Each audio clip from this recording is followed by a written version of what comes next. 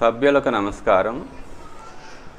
పంచవీరభద్ర విశ్వవిద్యాలయం 5వ సంవత్సరం కోర్సులో భాగంగా అమెరికా యొక్క భవితవ్యత గురించి నోస్ట్రడామస్, జీన్ డిక్షన్, పండిత శ్రీరామశర్మ ఆచార్య మాస్టార్కే చేసిన హెచ్చరికలు ఈ అంశం మీద కొన్ని విషయాలను మీతో షేర్ చేసుకోబోతున్నాను. ఈ పంచవీరభద్ర విశ్వవిద్యాలయం 5 సంవత్సరాల కోర్సులో భాగంగా ప్రస్తుతం మానవ సమాజం ముందున్న 2 పరస్పర విరుద్ధమైన పరిస్థితుల గురించి చాలా తరచుగా గుర్తు చేయడం జరుగుతుంది. ఆ 2 పరస్పర విరుద్ధమైన పరిస్థితులు ఏంటి అంటే, 1 ఉజ్వల భవిష్యత్తు, 2 మహావినాశనం. ఆ ఉజ్వల భవిష్యత్తు ఏమిటి అంటే, శ్రీకృష్ణుడి యొక్క శిష్టరక్షణ కార్యక్రమంలో భాగంగా శ్రీకృష్ణుడి నిర్యాణం నుండి గత 5000 సంవత్సరాలుగా హిమాలయాల్లోని ఋషికూటమి చేస్తున్న ప్రయత్నాల కారణంగా ప్రస్తుతం మానవ సమాజాన్ని నడిపిస్తున్న, మానవ సమాజం యొక్క జీవిత విధానాన్ని నిర్దేశిస్తున్న రాజకీయ, ఆర్థిక, శాస్త్ర, కళా, సాహితీ రంగాల యొక్క ఈ వ్యవస్థల స్థానంలో, ఇప్పుడున్న ఈ వ్యవస్థల స్థానంలో భూమిని స్వర్గంగా మార్చడానికి ఉపకరించే నూతన వ్యవస్థలు ప్రాచుర్యాన్ని పొంది భూమి స్వర్గంగా మారుతుంది. ఇది ఉజ్వల భవిష్యత్తు. ఒక స్వర్గీయ సౌఖ్యాలతో మానవ సమాజం జీవించబోతోంది. ఇది ఉజ్వల భవిష్యత్తు. 2 ఆ మహా వినాశనం ఏంటి అంటే, మానవ సమాజంలో ఉన్న ప్రస్తుతం ఉన్న ఈ 5 రంగాల వ్యవస్థలు, 5 వ్యవస్థల యొక్క విధానాల వలన ఈ వాతావరణ కాలుష్యం పెరిగిపోతూ ఉండడం వల్ల రకరకాల కారణాలతో రాబోయే ఈ 15 సంవత్సరాల్లో ఏర్పడే ప్రకృతి వైపరీత్యాల్లో 190% మానవ జాతి నశించిపోయే ప్రమాదం ఉంది. స్వర్గీయ సౌఖ్యాలతో మానవ సమాజం జీవించే, రోగాలు లేకుండా, ముసలితనం లేకుండా, దీర్ఘకాలం పాటు అమరత్వ లక్షణాలతో సహా మానవ సమాజం జీవించే ఉజ్వల భవిష్యత్తు ఉంది. 190% ఈ ప్రకృతి వైపరీత్యాల్లో చనిపోయే మహా వినాశనం కూడా మానవ సమాజం ముందు ప్రస్తుతం ఉంది. ఈ 2 పరస్పర విరుద్ధమైన పరిస్థితులు ఉన్నాయి. ఆ మహా వినాశనం తొలగిపోవాలి అంటే ఈనాటి రాజకీయ, ఆర్థిక, శాస్త్ర, కళా, సాహిత్య రంగాల ఈ విధానాల స్థానంలో భూమిని స్వర్గంగా మార్చడానికి ఉపకరించే ఆ విధానాలు ప్రాచుర్యాన్ని పొందాలి. ప్రస్తుతం ఈ వ్యవస్థలన్నీ కూడా ప్రాచుర్యాన్ని కోల్పోవాలి. ఆ నూతన వ్యవస్థలు, ఏ వ్యవస్థలైతే, ఏ విధానాలైతే భూమిని స్వర్గంగా మార్చడానికి ఉపకరిస్తాయో అవి ప్రాచుర్యాన్ని పొందాల్సి ఉంది.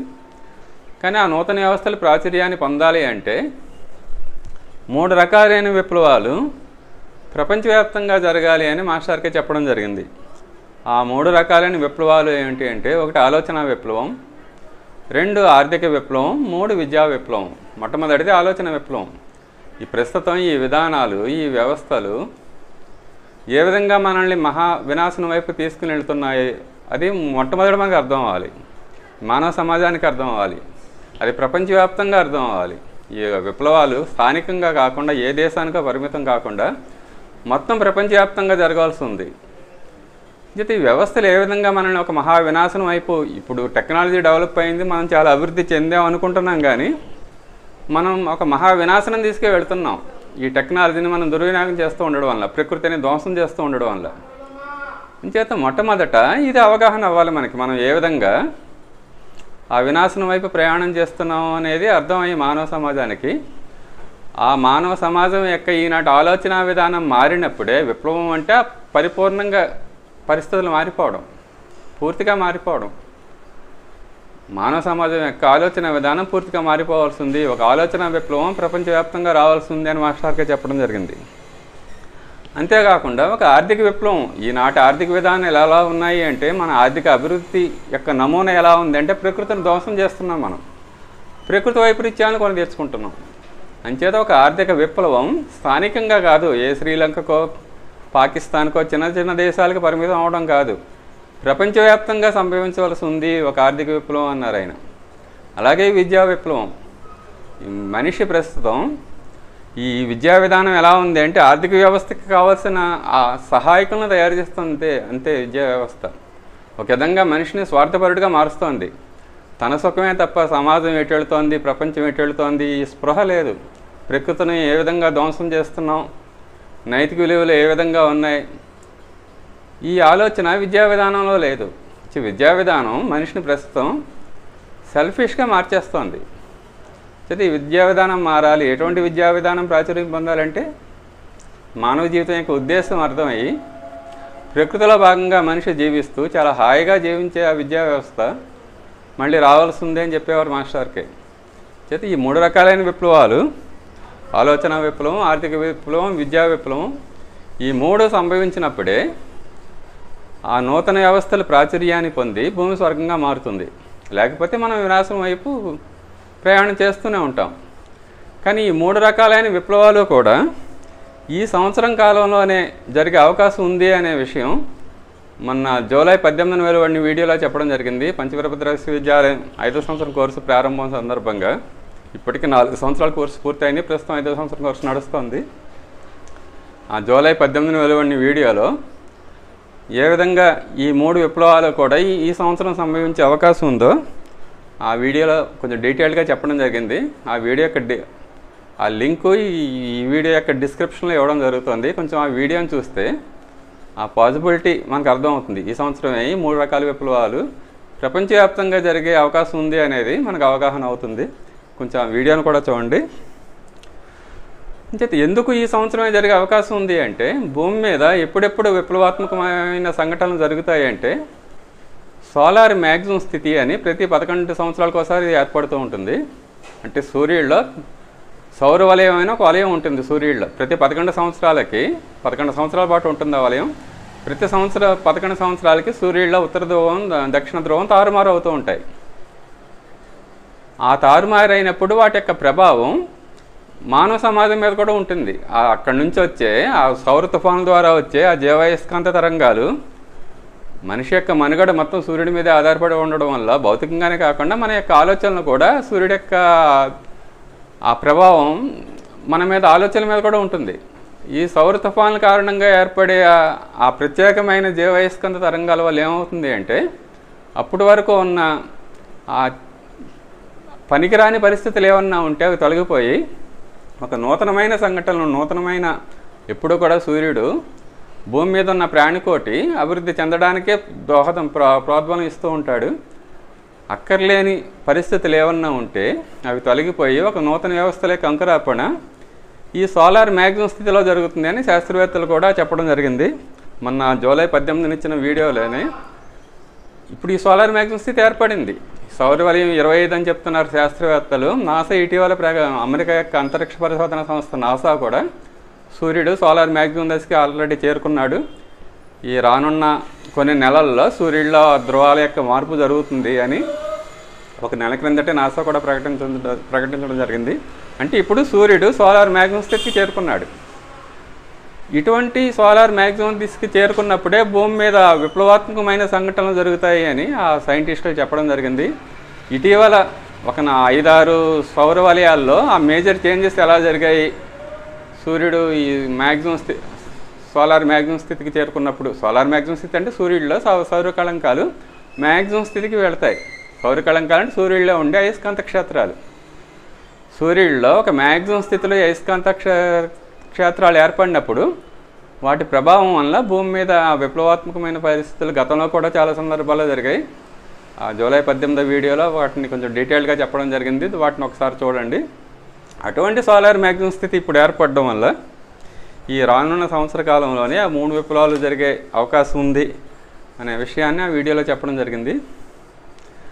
ఈ విప్లవాత్మకమైన సంఘటనలు ఎందుకు జరుగుతాయి అంటే, ఎప్పుడు జరుగుతాయి అంటే ఆ సామాన్య జనజీవనాన్ని అస్తవ్యస్తం చేసే సంక్షోభకర పరిస్థితులు ఏర్పడాలి. ఇప్పుడు రొటీన్గా మనం వెళ్ళిపోతూ ఉంటే హాయిగా ఉందంతా హాయిగా ఉన్నప్పుడు పరిస్థితులు మార్చుకోం. కానీ మన జీవితంలో ఆ హాయిగా సాఫీగా నడిచే నడక ఆగిపోతే, ఒక సంక్షోభం ఏర్పడితే, ఎటెళ్లాలో పాలుపోని ఒక సంక్షోభ పరిస్థితులు కనుక మన జీవితంలో ఏర్పడితే అప్పుడు మన జీవిత విధానాన్ని మార్చుకుంటాం. మానవ సమాజమైన అంతే. సమాజం ఇప్పుడు చాలా హాయిగానే ఉంది, అందరికీ ఏ లోటు లేదు.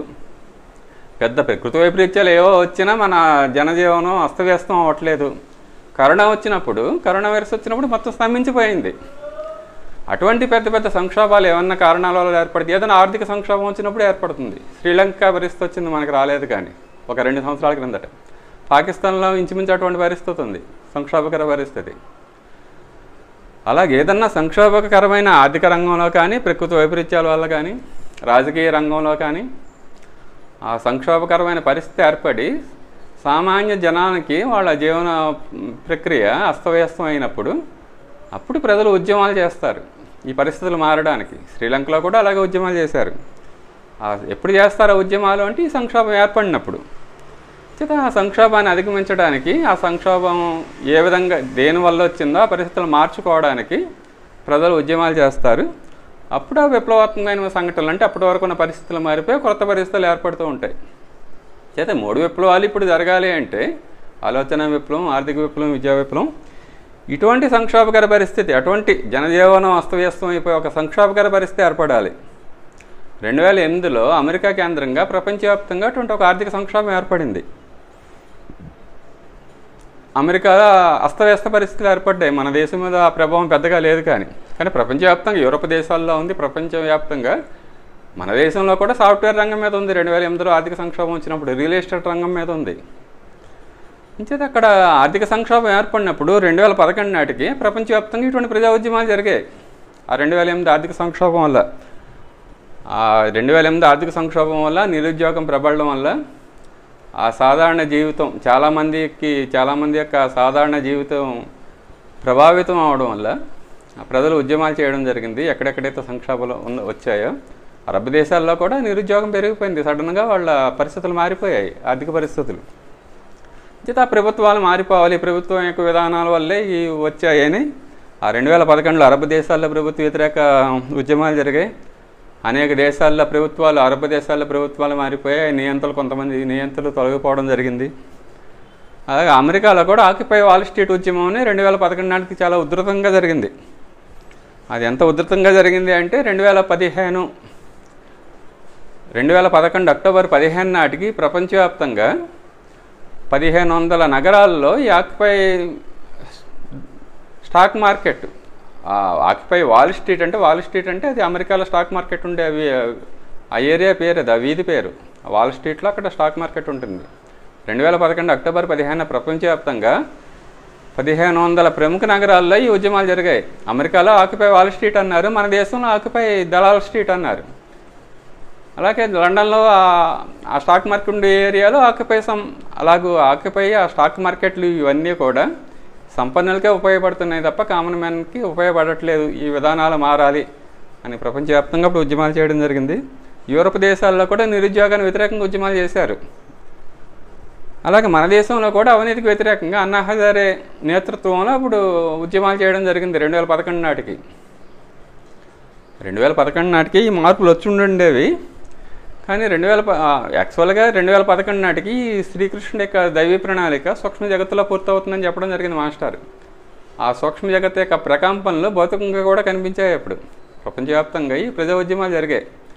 కానీ 2011 నాటికి సోలార్ మ్యాక్సిమం స్థితి లేదు. సోలార్ మ్యాక్సిమం స్థితి 2014 ఏర్పడింది.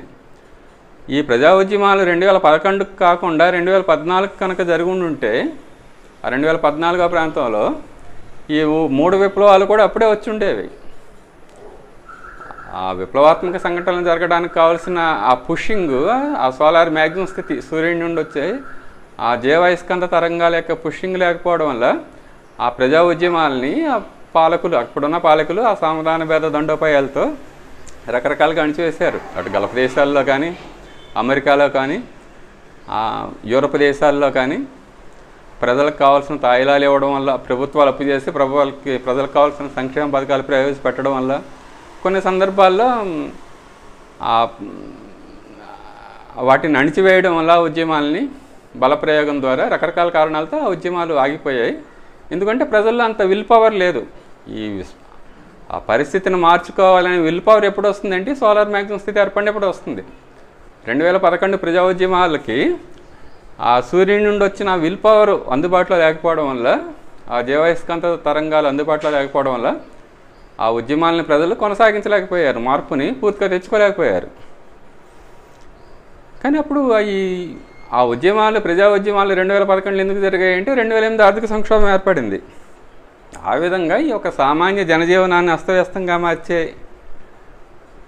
ఆ పరిస్థితులు ఏర్పడినప్పుడే విప్లవాత్మక సంఘటనలు జరుగుతాయి. అటువంటి పరిస్థితులు ఏ విధంగా ఇప్పుడు ఉన్నాయి? సామాన్య జనజీవనం ఇప్పుడు 2020లో కరోనా వైరస్ వచ్చినప్పుడు కూడా అస్తవ్యస్తం కంటే ఇంకా పెద్ద స్థాయి అది స్తంభించిపోయింది మొత్తం ప్రపంచం అంతా కూడా. తర్వాత మళ్ళీ నెమ్మదిగా కోలుకుని దాన్ని సరి చేసుకున్నాయి ప్రపంచ దేశాలన్నీ అప్పులతోటి, అది వేరే విషయం.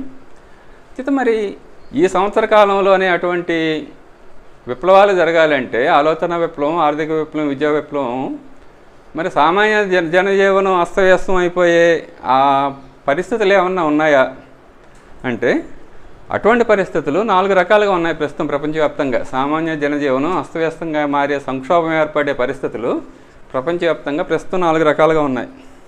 ఒకటి ఏంటంటే ప్రపంచ ఆర్థిక సంక్షోభం.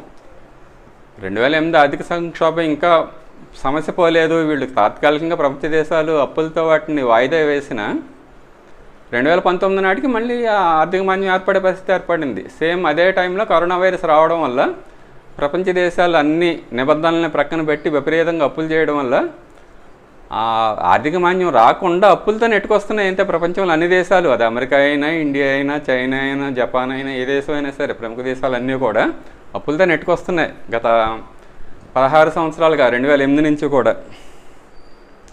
ఇది ఏ క్షణంలో అది ఆర్థిక మాంద్యం ఎక్కడ ఏర్పడినా, అది ముఖ్యంగా అమెరికాలో ఏర్పడితే ఏమవుతుందంటే మళ్ళీ ప్రపంచ ఆర్థిక సంక్షోభం వచ్చే అవకాశం ఉంది ఈ సంవత్సర కాలంలోనే. అలాగే ప్రస్తుతం అమెరికా రష్యా కూటమిల మధ్య జరుగుతున్న యుద్ధం కారణంగా కూడా ఈ సంక్షోభం ఏర్పడే పరిస్థితి చాలా ఎక్కువగా ఉంది. అలాగే సౌర తుఫాన్లు, ఈ ప్రస్తుతం ఉన్న ఈ సోలార్ మ్యాక్సిమం స్థితిలో చాలా ఎక్కువగా సౌర తుఫానులు ఏర్పడుతున్నాయి. అవి వాటి యొక్క తీవ్రత ఇంకా పెరిగితే ఈ శాటిలైట్ వ్యవస్థ మొత్తం చిన్నాభిన్నం అయిపోయి ఆ కమ్యూనికేషన్, ప్రపంచవ్యాప్తంగా కమ్యూనికేషన్స్ అంతా చిన్నాభిన్నం అయిపోయి చాలా ఆర్థిక సంక్షోభం వచ్చే అవకాశం ఉందని సైంటిస్టులు కూడా చాలా హెచ్చరిస్తున్నారు. పూర్తిగా మనం ఈ ఇంటర్నెట్ మీద ఆధారపడి ఉండడం వల్ల. ఆ విధంగా కూడా సోలార్ మ్యాక్సిమం గతంలో కొంచెం పెద్ద స్థాయిలో వచ్చిన సౌర తుఫాన్ లాంటిది ఏదైనా ఈ సంవత్సరం వస్తే అటువంటి సంక్షోభం వచ్చే అవకాశం ఉంది. డివైన్ ప్లాన్ ప్రకారం కూడా మాస్టర్కి చేసిన హెచ్చరికల వల్ల కూడా అటువంటి పాసిబిలిటీ ఉంది ఈ సంవత్సర కాలంలోనే. అలాగే ప్రకృతి వైపరీత్యాలు, ఆ ప్రకృతి వైపరీత్యాలు ఇప్పటికే గ్లోబల్ వార్మింగ్ 1.5 డిగ్రీలు దాటితే ఆ ప్రకృతి వైపరీత్యాల పరంపర ప్రారంభమైపోతుందని ఎప్పుడో సైంటిస్టులు గత 25 ఏళ్ల నుంచి హెచ్చరిస్తూనే ఉన్నారు. ఆల్రెడీ 1.5 డిగ్రీల గ్లోబల్ వార్మింగ్ గ్రోత్ రేట్ దాటిపోయింది. ఆ ప్రకృతి వైపరీత్యాలు కూడా చాలా ఎక్కువగానే కనిపిస్తున్నాయి. సహారా ఎడారేమో పచ్చదనం, అక్కడ వర్షాలు కురవడం వల్ల అది పచ్చగా మారుతుంది. అమెజాన్ అడవుల్లో అక్కడ వర్షాలు కురవకపోవడం వల్ల అదేమో ఎడారిగా మారిపోతుంది. ఋతువులు గతి తప్పుతున్నాయి అని ఈ ప్రకృతి వైపరీత్యాల గురించి చాలా తరచుగా మనం వింటూనే ఉన్నాం. మొన్న రీసెంట్గా బంగాళాఖాతంలో ఏర్పడిన ఆ తుఫాను కూడా చాలా ఎక్కువ రోజుల పాటు, క్యాజువల్గా అన్ని రోజులు ఉండదు కానీ చాలా ఎక్కువ రోజులు ఉంది. అలాగా ఈ ప్రకృతిలోని వ్యవస్థ అటదేయడం అయిపోతుంది.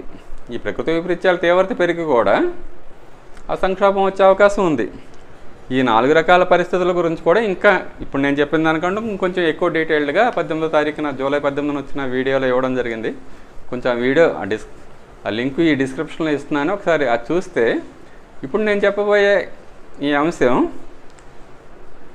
ఇంకా బాగా అవగాహన అవుతుంది.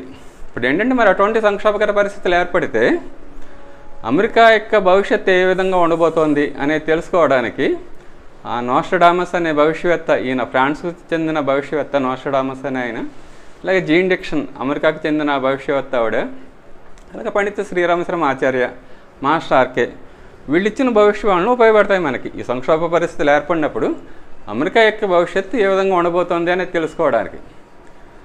ఇప్పుడు అమెరికా యొక్క భవితవ్యత గురించి తెలుసుకోవాల్సిన అవసరం ఏముంది అంటే, ఎందుకుంది అంటే మన దేశం యొక్క ఆర్థిక భవిష్యత్తు కానీ అలాగే మన కుటుంబాల యొక్క ఆర్థిక భవిష్యత్తు కానీ ప్రస్తుతం అమెరికా మీద ఆధారపడి ఉన్నాయి.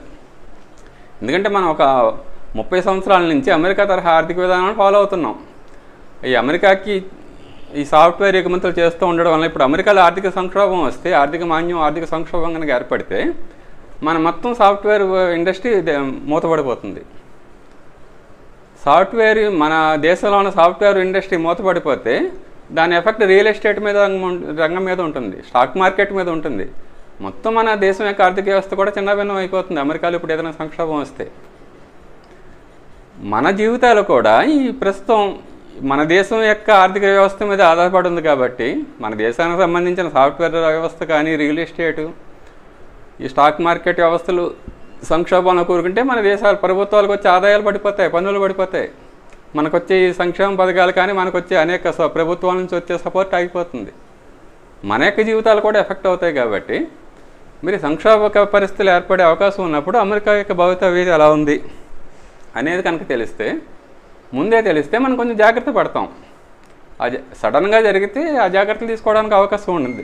ఈ భవిష్యవాణులకే ఉద్దేశం ఏంటంటే, ఈ మహాత్ములు ఈ భవిష్యవాణులు ఎందుకు ఇస్తారు అంటే ముందే జాగ్రత్త పడండి అని. కాల ప్రవాహం వల్ల, ప్రస్తుతం మానవ సమాజం యొక్క జీవన విధానం వల్ల ఇటువంటి పరిస్థితులు భవిష్యత్తులో ఏర్పడబోతున్నాయి. అంచేత సంక్షోభం వస్తుంది. తెలివైన వాళ్ళు మా మాట వినండి, మీరు ఇప్పుడైనా విధానాలు మార్చుకోండి, లేదు కొంతమంది అయినా కనీసం మా మాట వినేవాళ్ళైనా మీ విధానాలు మార్చుకుని జాగ్రత్త పడండి అని చెప్పడం కోసం వాళ్ళు భవిష్యవాణులు ఇస్తారు. జరిగేది జరుగుతుంది, కానీ ముందే చెప్తే ఏమవుతుందంటే జాగ్రత్త పడతాం. ఒకవేళ జాగ్రత్త పడకపోతే ఆ సంక్షోభం వచ్చినప్పుడు ఎటువంటి స్టెప్పులు తీసుకోవాలి మనం అనేది అవగాహన చేసుకుంటాం. చేత ఈ భవిష్యవాణుల్ని గుర్తు చేయడం కూడా జరుగుతుంది అప్పుడప్పుడు. ఈ అమెరికా యొక్క భవితవ్యత గురించి లేదా ఇండియా యొక్క భవితవ్యత గురించి ఆ నోస్ట్రడామస్, ఫ్రెంచ్కి చెందిన భవిష్యవేత్త, ఆ నోస్ట్రడామస్ ఇచ్చిన భవిష్యవాణుల ఆధారంగా, అలాగే జీన్ డిక్షన్ ఇచ్చిన భవిష్యవాణుల ఆధారంగా వాటిని పేర్కొంటూ పూజ్య దేవులు పండిత శ్రీరామ శర్మ ఆచార్య ఏం చెప్పారు అంటే, రానున్న సంవత్సరాల్లో భారతదేశం వరల్డ్ లీడర్గా మారుతుంది అన్నారు ఆయన. ప్రస్తుతం వరల్డ్ లీడర్ ఎవరంటే అమెరికా. 30 సంవత్సరాల క్రిందటి వరకు సోవియట్ యూనియన్, అమెరికా రెండు అగ్రరాజ్యాలుగా ఉండేవి. సోవియట్ యూనియన్ ఎప్పుడైతే పతనం అయిందో తర్వాత అమెరికా ఏకైక అగ్రరాజ్యంగా మారింది. 30 సంవత్సరాల తర్వాత ఇటీవల కాలంలో అమెరికాకి ధీటుగా చైనా కూడా ఎదుగుతోంది, ఒక అగ్రరాజ్యంగా ఆల్మోస్ట్ ఎదిగింది. కానీ పూజ్య గురుదేవుల పండిత శ్రీరామ శర్మ ఆచార్య ఏమంటారు అంటే, నోస్ట్రడామస్, జీన్ డిక్షన్ ఇచ్చిన భవిష్యవాణులను ఉటంకిస్తూ అమెరికా యొక్క భవితవ్యత చెప్పడమే కాకుండా ఆయన ఏమంటారంటే భారతదేశం వరల్డ్ లీడర్గా మారుతుంది, ఇప్పుడు అమెరికాలో ఉన్న స్థానంలో ఉంటుంది అని చెప్పడం జరిగింది ఆయన. కదంగా ఈ సంక్షోభం ఏర్పడితే ఏమవుతుందంటే, విప్లవాలు వస్తే ఏమవుతుందంటే ఈ సంవత్సరమే ఈ విప్లవాలు, 3 రకాల విప్లవాలు కూడా మన దేశం అగ్రరాజ్యంగా మారడానికి ఉపయోగపడతాయి. ఆ నోస్ట్రడామస్ ఇచ్చిన భవిష్యవాణి ప్రకారం ఏమవుతుంది అంటే అమెరికా చైనాల మధ్య యుద్ధం జరుగుతుంది. మనం సాధారణంగా అంతకుముందు సోవియట్ యూనియన్ అమెరికా మధ్య జరుగుతుందేమో అనుకున్నాం. ఇప్పుడు కూడా అమెరికా కూటమి, రష్యా కూటమి మధ్య యుద్ధం, ఒక పరోక్ష యుద్ధం జరుగుతుంది ఉక్రెయిన్ యుద్ధం ఆధారంగా. కానీ నోస్ట్రడామస్ ఇచ్చిన ప్రిడిక్షన్ ఏంటంటే అమెరికా చైనాల మధ్య యుద్ధం జరుగుతుంది అంటారు ఆయన. నోస్ట్రడామస్ ఈ ప్రిడిక్షన్లు ఎప్పుడు ఇచ్చారంటే 1550లో. అప్పటికి అమెరికా అనే దేశం లేదు, అది గుర్తుంచుకోవాలి మనం. అమెరికా అనే దేశమే కాదు, బ్రిటన్ అనే దేశం కూడా లేదు. గ్రేట్ బ్రిటన్ అనేది 1550కి స్కాట్లాండ్ ఉండేది, ఇంగ్లాండ్ ఉండేది, ఐర్లాండ్ ఉండేది. ఆ తర్వాత ఆ దేశాలు కలిసి గ్రేట్ బ్రిటన్ ఏర్పడింది. కానీ ఈయన ఎంత గొప్పవాడు అంటే, ఎంత అద్భుతంగా భవిష్యత్తును చూడగలిగాడంటే నోస్ట్రడామస్, అసలు గ్రేట్ బ్రిటన్ అనే దేశం ఏర్పడకుండానే ఒక గ్రేట్ బ్రిటన్ ప్రపంచవ్యాప్తంగా సామ్రాజ్యాన్ని ఏర్పాటు చేస్తుంది.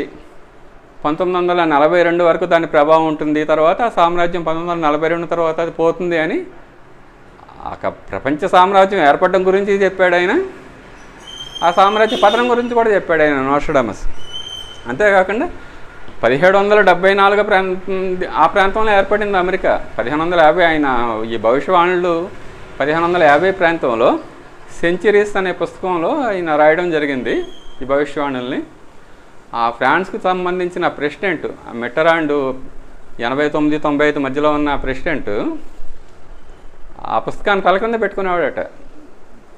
ఆ పుస్తకం ఆధారంగా ఆయన తన నిర్ణయాలు తీసుకోవడానికి ప్రయత్నం చేసేవాడు ఆ ప్రెసిడెంట్.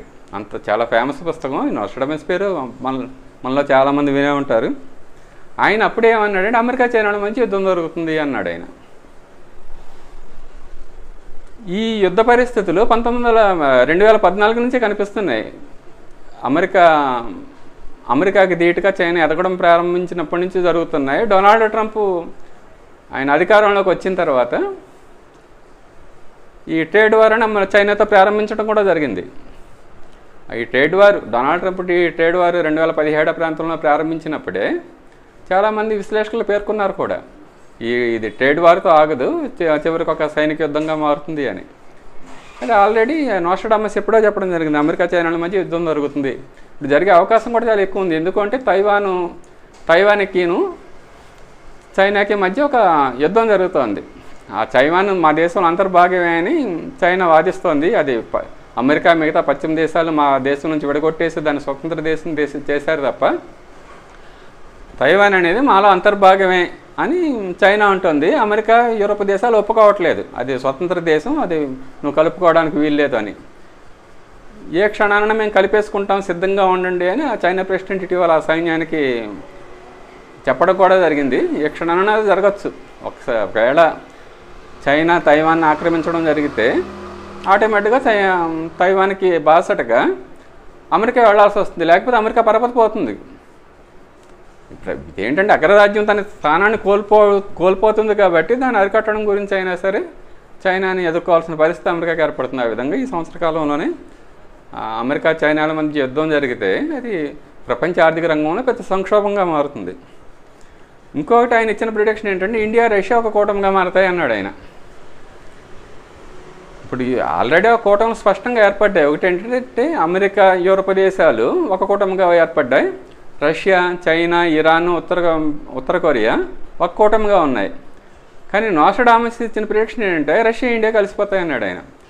అంటే ఇప్పుడు ఇండియా ఈ అటు రష్యా కూటమి వైపు, అమెరికా కూటమి వైపు వెళ్లకుండా తటస్థంగా మధ్యలో ఉంది. ఎందుకంటే మన సాఫ్ట్వేర్ ఫీల్డ్ అంతా అమెరికా మీద ఆధారపడి ఉంది. సైనిక పరంగా మనకు రష్యాతో చాలా సత్సంబాలు మొదటి నుంచి ఉన్నప్పటికీ కూడా ప్రస్తుతం మన ఆర్థిక రంగం అమెరికా మీద ఆధారపడి ఉండడం వల్ల సాఫ్ట్వేర్ రంగం కానీ, స్టాక్ మార్కెట్ కానీ, అమెరికా నుంచి వచ్చే పెట్టుబడులు చాలా ఎక్కువగా ఉన్నాయి మన స్టాక్ మార్కెట్లో కూడా. అంచేత ఈ అమెరికా కూటమిని కాదనే పరిస్థితి మన దేశానికి లేదు. కానీ నోస్ట్రాడమస్ ఇచ్చిన ప్రిడిక్షన్ ఏంటంటే ఇండియా, రష్యా ఒకటైపోతాయి. అంటే ఇండియా మొత్తం మీద రష్యా వైపే మొగ్గు చూపుతుంది, రష్యా వైపు వెళుతుంది. ఆల్రెడీ ఆ ప్రయత్నాలు కూడా ఒక 10-15 ఏళ్ళ నుంచి జరుగుతూ ఉన్నాయి. బ్రిక్స్ దేశాల కూటమిలో అమెరికా, చైనా, రష్యా ఇప్పటికే ఉన్నాయి. బ్రెజిల్, దక్షిణ కొరియా, ఈ 5 దేశాలు కలిసి బ్రిక్స్ కూటమిని ఎప్పుడూ ఏర్పాటు చేసుకున్నాయి. ఈ బ్రిక్స్ కూటమిలో ఇంకా మిగతా అనేక దేశాలు కలుస్తున్నాయి. ఈ మధ్య ఐక్యరాజ్య సమితికి కూడా ఈ బ్రిక్స్ ప్రత్యామ్నాయంగా మారుతుందనే విశ్లేషణలు కూడా ఇప్పుడు చాలా ఎక్కువగా వినిపిస్తున్నాయి. అంచేత అమెరికా, చైనా మధ్య యుద్ధం జరుగుతుంది. నోస్ట్రాడమస్ చెప్పిన ప్రకారం ఇండియా, రష్యా కూటమిగా మారుతాయి. అంటే ఈ బ్రిక్స్ కూటమి ఇంకా బలోపేతం అవుతుంది. అంతేకాకుండా భారతదేశం వరల్డ్ లీడర్గా మారుతుంది. ఇప్పుడు ప్రపంచ దేశాలని ఒక కల్పించే ఐక్యరాజ్య సమితి యొక్క కేంద్ర స్థానం అమెరికాలో ఉంది. ఎందుకంటే అమెరికా అగ్రరాజ్యం కాబట్టి. రేపు ఇండియా అగ్రరాజ్యంగా మారితే ఏమవుతుందంటే బహుశా ఈ బ్రిక్స్ కూటమి తన పేరు మార్చుకుని ఒక అంతర్జాతీయ ప్రభుత్వంగా మారుతుంది. దాని యొక్క హెడ్ క్వార్టర్స్ ఇండియాలో ఉంటాయి. ఇండియా వరల్డ్ లీడర్గా మారుతుంది. ఆయన ఇచ్చిన ప్రిడిక్షన్ అది. జీ ఇండెక్షన్ ఇచ్చిన భవిష్య ప్రణాళిక ప్రకారం ఏమవుతుందంటే అమెరికా మధ్యప్రాచ్య యుద్ధంలో చిక్కుకుంటుంది. మధ్యప్రాచ్యం అంటే మిడిల్ ఈస్ట్, ఆ గల్ఫ్ దేశాలు. ఇప్పుడు ఆల్రెడీ చిక్కుకుంది కూడా. ఇజ్రాయెల్కి, ఇరాన్కి మధ్య పరోక్షంగా, ప్రత్యక్షంగా కూడా యుద్ధం జరుగుతుంది. ఇరాన్ ఈ హమాస్, ఈ హెజ్బుల్లా, హైతీ తీవ్రవాదులకు కావాల్సిన సపోర్ట్ చేస్తూ ఉండడం, ఈ విధంగా ఇండైరెక్ట్గా యుద్ధం జరుగుతుంది. అప్పుడప్పుడు ఇప్పుడు ఈ మధ్య కొన్ని సందర్భాల్లో డైరెక్ట్గా కూడా జరగడం జరిగింది.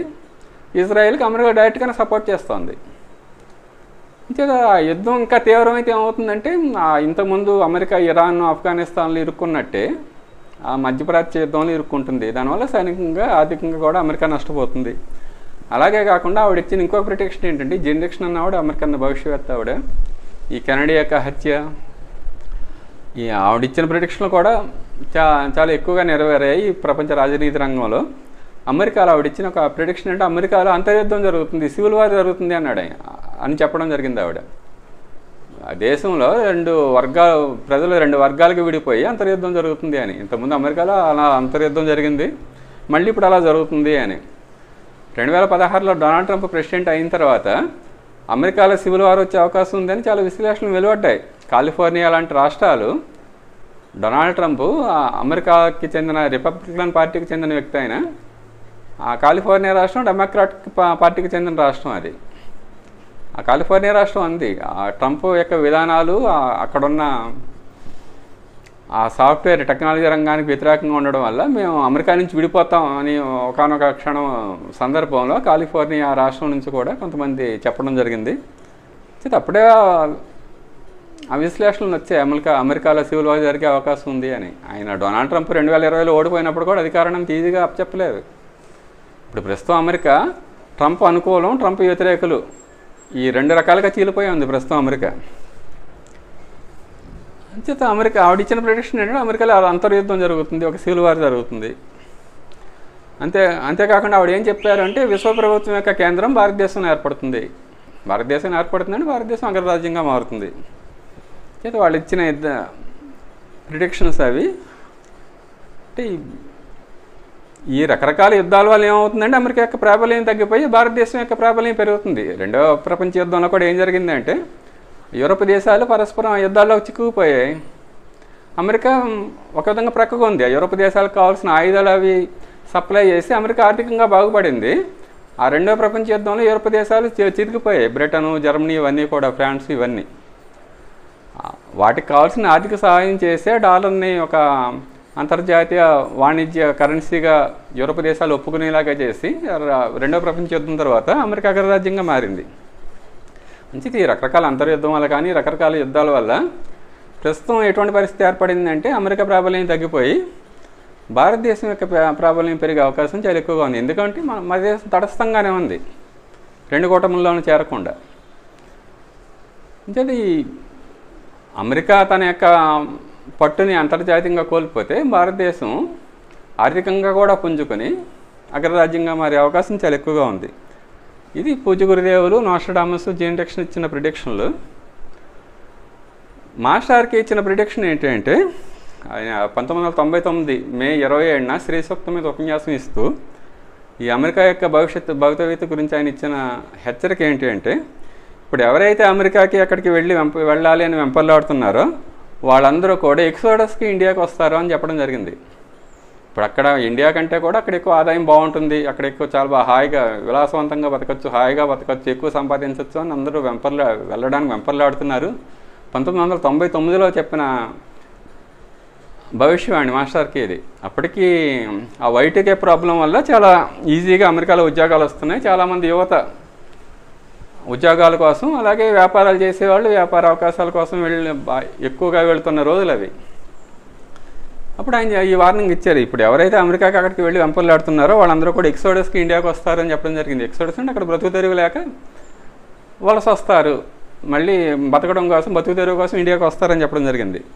అమెరికా మొత్తం సర్వనాశనం అవుతుంది, జపాన్ మొత్తం సర్వనాశనం అవుతుంది అని ఆ రోజు ఆయన చెప్పడం జరిగింది. 1995 మే 27న ఆ శ్రీ సూక్తం మీద ఉపన్యాసం ఇస్తూ శ్రీ విద్య తెలిసిన భారతీయులు అక్కడికి వెళ్ళడం ఏంటి, ఆ శ్రీ విద్య ఆధారంగానే మళ్ళీ ఈ దేశం నంబర్ 1 అవుతుంది అని కూడా చెప్పడం జరిగింది అప్పుడు ఆయన.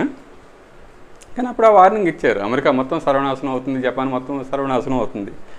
మరి అటువంటి పరిస్థితి ఏమన్నా ఉందా? 1999 తర్వాత ఆయన ఇచ్చిన భవిష్యవాణి ఇచ్చిన తర్వాత ఈ జపాన్ యొక్క ఆర్థిక పరిస్థితి కానీ అమెరికా యొక్క ఆర్థిక పరిస్థితి అలాగే ఆ మేజర్ ఇప్పుడు మన ఆర్థిక పరిస్థితి ఎలా ఉంది, చైనాది ఎలా ఉంది అనేది కనుక మనం చూస్తే 1999లో జపాన్ యొక్క జీడిపి, ఏ దేశం యొక్క ఆర్థిక ప్రగతి అయినా ఆర్థికమైన స్థాయి, ఆర్థిక రంగం యొక్క స్థాయి అయినా దేశం యొక్క జీడిపి ఆధారంగా కొలుస్తున్నారు ప్రపంచవ్యాప్తంగా కూడా. 1999లో జపాన్ యొక్క జీడిపి ఎంత ఉంది అంటే $4.64 ట్రిలియన్. ఆ $1 ట్రిలియన్ అంటే ఒక 1,00,000 కోట్లు, 4.64 లక్షల కోట్ల డాలర్లు జపాన్ యొక్క జీడిపి అప్పుడు. ఇప్పుడు 2023లో ఎంత ఉంది అంటే 4.21.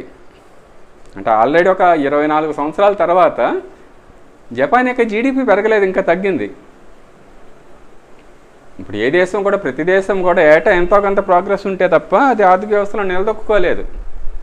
ఇంటర్నేషనల్గా ఇంకా ఒక అతిపెద్ద ఆర్థిక సంక్షోభం రాలేదు కాబట్టి జపాన్ ఇంకా అలా ఉంది. కానీ 24 సంవత్సరాలలో ఎటువంటి ఎదుగు బదుగు లేకుండా ఉంటే మీరు ఊహించండి, 24 సంవత్సరాల క్రిందటే మనకి ఎంత ఆదాయం వచ్చింది, ఇప్పుడు అంతే వచ్చింది అనుకోండి, మనం బ్రతకగలమా?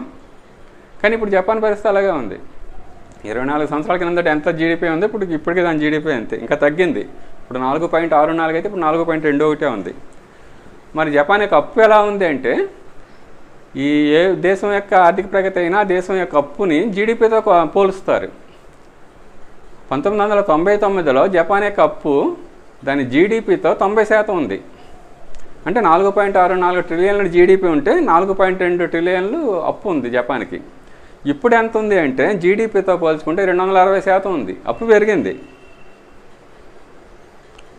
అప్పు 3 రెట్లు పెరిగింది, జీడిపి అలాగే ఉంది. ఆ జపాను ఏ క్షణం ఒక సంక్షోభం వచ్చినప్పుడు ఏమవుతుందంటే అది ఆర్థికంగా పతనం అయిపోతుంది. జపాన్ యొక్క పరిస్థితి ఆ విధంగా ఉంది. జీడిపి అలాగే ఉంది, అప్పు మొత్తం 3 రెట్లు పెరిగింది.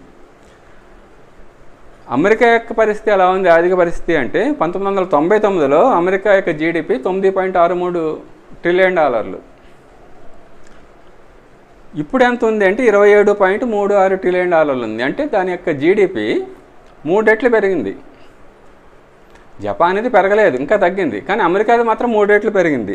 మరి అప్పు ఎలా ఉంది అంటే 99లో అమెరికా యొక్క అప్పు జీడిపితో పోల్చుకుంటే 40% ఉంది. అంటే $4 ట్రిలియన్ ఉంది అప్పుడు.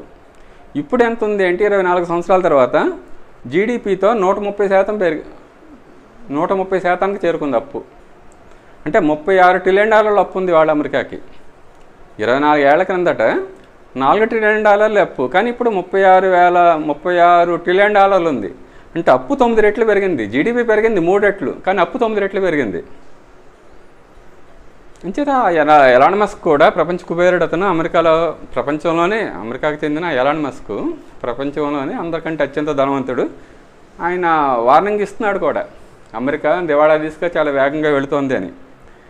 ఇంకా 24 ఏళ్లగా ప్రపంచంలో అమెరికా తరహా ఆర్థిక విధానాలు పెరగడం వల్ల, ఈ వస్తు వినియోగం పెరగడం వల్ల జపాన్ అమెరికా ఇంకా అలా సర్వే అవుతున్నాయి. కానీ వస్తు వినియోగం కనుక తగ్గిపోతే సంక్షోభాలు వస్తు వినియోగం కూడా తగ్గిపోతుంది. కరోనా వైరస్ వచ్చినప్పుడు ఏమవుతుంది, వినియోగం తగ్గిపోతుంది. ఏదైనా సంక్షోభం వచ్చినప్పుడు వస్తు వినియోగం కనుక తగ్గిపోతే ప్రపంచవ్యాప్తంగా మొత్తం అటు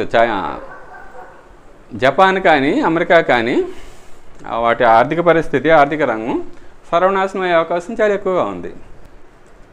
అలాగే ఈ చైనా యొక్క జీడిపి 1999లో $1.1 ట్రిలియన్ ఉంటే ప్రస్తుతం చైనా యొక్క జీడిపి ఎంత ఉంది అంటే $17.8 ట్రిలియన్ ఉంది. అంటే 15 రెట్లు పెరిగింది జీడిపి. జపాన్ యొక్క జీడిపి అసలు పెరగలేదు, తగ్గింది ఈ 24 ఏళ్లలో. అమెరికా యొక్క జీడిపి 3 రెట్లు పెరిగింది. చైనా యొక్క జీడిపి 15 రెట్లు పెరిగింది ఏకంగా. కానీ చైనా యొక్క అప్పు పరిస్థితి ఎలా ఉంది అంటే 1999లో దాని జీడిపితో పోల్చుకుంటే 22% ఉంది. అంటే $250 బిలియన్లు, $0.25 ట్రిలియన్ ఉందంతే. కానీ ఇప్పుడు ఎంత ఉంది అంటే దాని జీడిపిలో 84% పెరిగింది. 22 నుంచి 84% పెరిగితే మనం 4 రెట్లు అనుకుంటాం. కానీ ఈ జీడిపి విపరీతంగా పెరగడం వల్ల ఏమైందంటే 1999లో $0.25 అంటే ట్రిలియన్ డాలర్లో 4వ వంతు మాత్రమే అప్పు ఉంటే ప్రస్తుతం అప్పు ఎంత ఉందంటే $4 ట్రిలియన్ ఉంది చైనా యొక్క అప్పు. అంటే 56 రెట్లు పెరిగింది. జీడిపి పెరిగింది 15 రెట్లే, కానీ అప్పు ఎంత పెరిగిందంటే 56 రెట్లు పెరిగింది. అమెరికా పరిస్థితి అంతే, జీడిపి 3 రెట్లు పెరిగితే అప్పు 9 రెట్లు పెరిగింది. చైనాది జీడిపి 15 రెట్లు పెరిగితే అప్పు 56 రెట్లు పెరిగింది. ఇండియా పరిస్థితి ఏంటి అంటే 1999లో ఇండియా జీడిపి $0.46 ట్రిలియన్ సగం ఉంటే 2023 నాటికి $3.55 ట్రిలియన్ చేరుకుంది. అంటే 7 రెట్లు పెరిగింది మన దేశం. చైనాది 15 రెట్లు పెరిగింది, మనది 7 రెట్లు పెరిగింది. అప్పు ఎంత ఉంది అంటే 99లో 70% ఉంటే జీడిపిలో, అంటే $0.32 ట్రిలియన్ ఉంటే 2023 నాటికి 82% చేరుకుంది. అంటే $2.9 ట్రిలియన్ అప్పు ఉంది ఇప్పుడు. ఎంత అంటే 9 రెట్లు పెరిగింది ఈ 24 ఏళ్లలో. జీడిపి 7 రెట్లు పెరిగింది, అప్పు మాత్రం 9 రెట్లే పెరిగింది. మిగతా దేశాలతో పోల్చుకుంటే చాలా సేఫ్ సైడ్లో ఉన్నాం. జపాన్తో పోల్చుకున్నా, అమెరికాతో పోల్చుకున్నా, చైనాతో పోల్చుకున్నా అప్పు విషయంలో మనం సేఫ్గానే ఉన్నాం. మన సేఫ్గా ఉండడానికి కారణం ఏంటంటే మన క్రెడిట్ రేటింగ్. ఈ గత 25 ఏళ్లుగా లేదా 30 ఏళ్ళుగా మన పరిస్థితి ఏంటంటే అంతకు మించి అప్పు కనుక మనం చేస్తే ఏమవుతుందంటే మన క్రెడిట్ రేటింగ్ ఇంకా తగ్గించేస్తారు. అంటే పెట్టుబడులు పెట్టడానికి సురక్షితం కాదు. ఇప్పుడు మన క్రెడిట్ రేటింగ్ ఎంత ఉంది అంటే జస్ట్ బొటాబొటీగా ఉంది. పెట్టుబడి AAA త్రిబుల్ బి స్థాయిలో ఉంది. ఒక్క రేటింగ్ కిందకి తగ్గినా ఇంకా స్టాక్ మార్కెట్లో ఫారినర్స్ పెట్టుబడులు పెట్టరు, మన గవర్నమెంట్ బాండ్స్ కొనరు. అందుకని గతి లేని పరిస్థితుల్లో మన దేశం ఏం చేస్తుందంటే అప్పు పెంచకుండా పాపం జాగ్రత్త పడుతోంది. ఎందుకంటే అప్పు పెరిగితే ఇంకా స్థాయి మించి పెరిగితే అది క్రెడిట్ రేటింగ్ పడిపోతుంది. అదే మనకు అదృష్టం అయింది. అప్పు మిగతా దేశాలతో పోల్చుకుంటే పెద్దగా పెరగలేదు, అది మనకు సేఫ్ అవుతుంది. రేపు సంక్షోభం వచ్చినప్పుడు ఇది మనకు సేఫ్ అవుతుంది, మనం దీన్ని మేనేజ్ చేసుకోగలుగుతాం.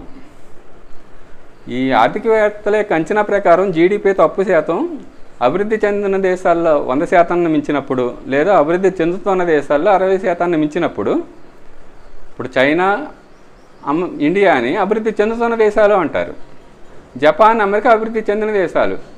అభివృద్ధి చెందిన దేశాలు అంటే జపాన్ కానీ అమెరికా కానీ దాని అప్పు జీడిపితో పోల్చుకుంటే 100% పెరిగినప్పుడు, లేదా అభివృద్ధి చెందుతున్న దేశాలు మన దేశం, చైనా లాంటి దేశాల్లో ఆ అప్పు 60% మించినప్పుడు జీడిపితో పోలిస్తే, ఒకవేళ ఆర్థిక మాంద్యం ఏర్పడితే రకరకాల కారణాలతో ఎప్పుడూ ఆ వృద్ధి ఒకేలా ఉండదు. ఇప్పుడు మనది ఎప్పుడు 7%, 8% వృద్ధి ఇలాగే కంటిన్యూ అవుతుంది అనుకున్నాం. మొన్న త్రైమాసికంలో చూస్తే 5.4% తగ్గిపోయింది. అది ఇంకా తగ్గింది అనుకోండి, ఆర్థిక మాంద్యం ఏర్పడుతుంది.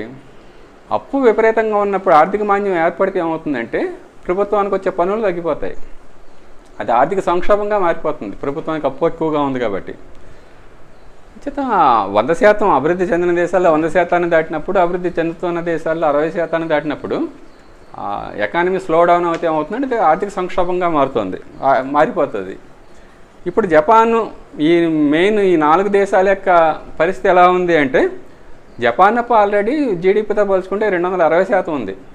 అమెరికా యొక్క అప్పు 130% ఉంది. ఆ 100%ని 2 దేశాలు దాటేశాయి. అంచేత ఆ 2 దేశాల్లో కనుక ఆర్థిక మాంద్యం ఏర్పడితే ఏమవుతుందంటే దేశంలో ఆర్థిక సంక్షోభం వచ్చేస్తుంది. అంచేత అమెరికా ఏం చేస్తుందంటే ఆర్థిక మాంద్యం రాకుండా ఉండడానికి విపరీతంగా అప్పు చేస్తూ నెట్టుకొస్తుంది. ఆ అప్పు చేస్తే ఏమవుతుందంటే దివాళా తీసుకు వెళుతుంది. అందుకు ఆయన వార్నింగ్ ఇస్తున్నాడు. చైనా యొక్క అప్పు ఎంత ఉంది అంటే 84%. వాళ్ళు చెప్పిన 65% కంటే ఎక్కువగా ఉంది. ఇప్పుడు ఆల్రెడీ ఆర్థిక సంక్షోభం ఛాయలు కనిపిస్తున్నాయి చైనాలో అంటున్నారు. ఆ ప్రజలు కూడా ఇప్పటి నుంచి జాగ్రత్త పడుతున్నారు. చైనాలో పొదుపు విపరీతంగా పాటిస్తున్నారు. మనకు వచ్చే ఆదాయంలో కనీసం 90% అన్న మనం సేవ్ చేసుకోవాలి. ఒక ఆనవాయితీ అక్కడ ఒక మూమెంట్ అక్కడ చైనాలో ఆల్రెడీ స్టార్ట్ అయిందో మనం ఆర్టికల్స్ చూస్తున్నాం పేపర్లో. ఇండియా యొక్క అప్పు కూడా 82% ఉంది, 60% కంటే ఎక్కువ. అంచేత ఇటువంటి టైంలో కనుక ఏదన్నా ఆర్థిక మాంద్యం ఏర్పడితే ఏమవుతుందంటే అది ఆర్థిక సంక్షోభం వచ్చి ఆ జపాన్, అమెరికా ప్లస్ చైనా కూడా బాగా నష్టపోయే అవకాశం ఉంది. కానీ ఇండియా మనం తన విధానాలు మార్చుకోవడం ద్వారా భవిష్యవాణి ప్రకారం ఇంకా విధానాలు మార్చుకుని ప్రపంచాన్ని లీడ్ చేసే అవకాశం చాలా ఎక్కువగా ఉంది. ఈ అమెరికా జపాన్ ఆర్థికంగా సర్వనాశనం అవుతాయని హెచ్చరించడమే కాకుండా 99లోనే కాకుండా 2006లో కూడా మాస్టర్కే ఇంకొక భవిష్యవాణి ఇవ్వడం జరిగింది అమెరికా యొక్క భవిష్యత్తు గురించి. 1945లో జర్మనీ, అలాగే 1991లో రష్యా పతనమైనట్టే సెకండ్ వరల్డ్ వార్ తర్వాత జర్మనీ పూర్తిగా పతనం అయిపోయింది. ఆ దేశాన్ని 2 కింద విడగొట్టేశారు, తూర్పు జర్మనీ, పశ్చిమ జర్మనీ అని. మళ్ళీ తర్వాత 90లో కలిసి 5 వేరు. కానీ ఆ ప్రపంచం మీద తన ఆధిపత్యాన్ని జర్మనీ కోల్పోయింది. అలాగే 91లో రష్యా, సోవియట్ రష్యా ఆర్థికంగా పతనం అయిపోయింది. అదేవిధంగా రాబోయే రోజుల్లో అమెరికా యొక్క ఆర్థిక పతనాన్ని కూడా మనం చూడబోతున్నాము. ఇది హిమాలయాల్లో ఉన్న ఋషికోటి అందజేయమన్న సందేశం అని చెప్పడం జరిగింది మాస్టర్కి. ఇది పొలిటికల్ యాంగిల్లో చెప్తున్న విషయాలు కాదు ఇవి. హిమాలయాల్లో ఉన్న ఋషికోటి అందజేయమన్న సందేశం అని కూడా చెప్పడం జరిగింది.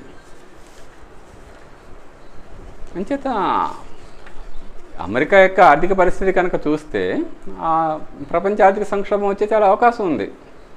అంతేకాకుండా అమెరికా కూడా ప్రస్తుతం అమెరికాలో ఉన్న పరిస్థితి చూస్తే అది ఈ సంవత్సర కాలంలో జరిగే అవకాశం ఎక్కువ ఉంది, ఈ సోలార్ మ్యాక్సిమం స్థితిలోనే.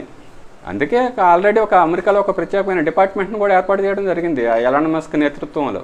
ఇప్పుడు అమెరికా ప్రభుత్వానికి సంవత్సరానికి $6 ట్రిలియన్ ఆదాయం వస్తే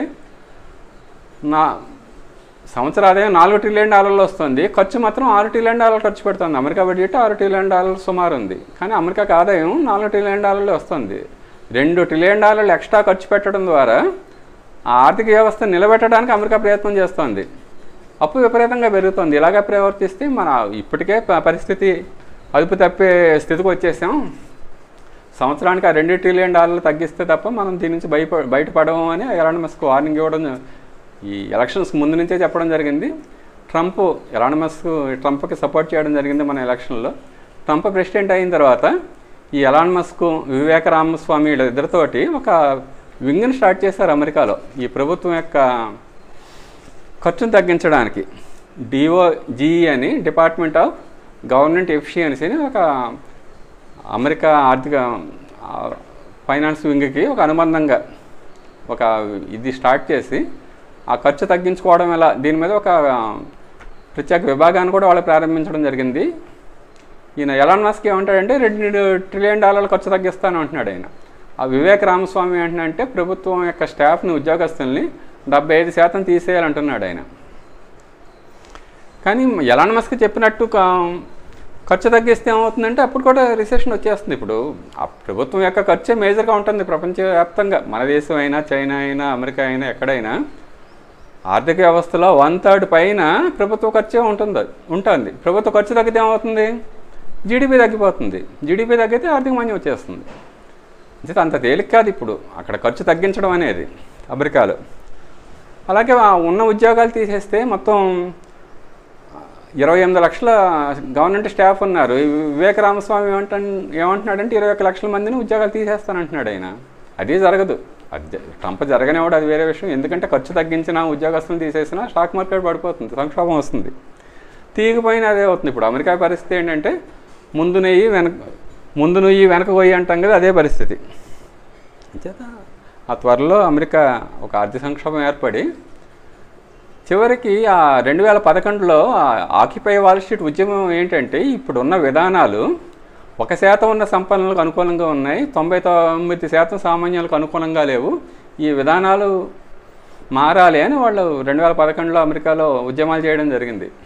ఇప్పుడు కనుక మళ్ళీ ఆర్థిక మాంద్యం, ఆర్థిక సంక్షోభం అమెరికాలో వస్తే మళ్ళీ ఆ ఉద్యమాలు తీవ్ర రూపం అయ్యి ఆ అమెరికా విధానాలు మార్చుకోవాల్సిన అవసరం వస్తుంది. విధానాలు మార్చుకుంటే అది నష్టపోతుంది. కోలుకోవడానికి చాలా టైం పడుతుంది. కానీ అవి మనకి మంచిది చేస్తాయి మన దేశానికి. చేత ఈ నలుగురు Nostradamus, Jeane Dixon, master RK, పూజ్య గురుదేవుల పండిత శ్రీరామ శర్మ ఆచార్య వీళ్ళు ఇచ్చిన ఆ భవిష్యవాణుల ప్రకారం అమెరికా ఆర్థికంగా పతనమయ్యే అవకాశం చాలా ఎక్కువగా ఉంది. కాబట్టి అమెరికా మీద ఆధారపడకుండా ఉండడానికి ఇప్పటి నుంచే మనం ప్రయత్నం చేయడం చాలా మంచిది. ఏ విధంగా అమెరికా మీద ఆధారపడకుండా మనం జీవించగలము అని ఇప్పటి నుంచి ఆలోచిస్తూ మనం జాగ్రత్త పడితే ఆ సంక్షోభం నుంచి మనం తప్పించుకుంటాం. జై గురుదేవ్.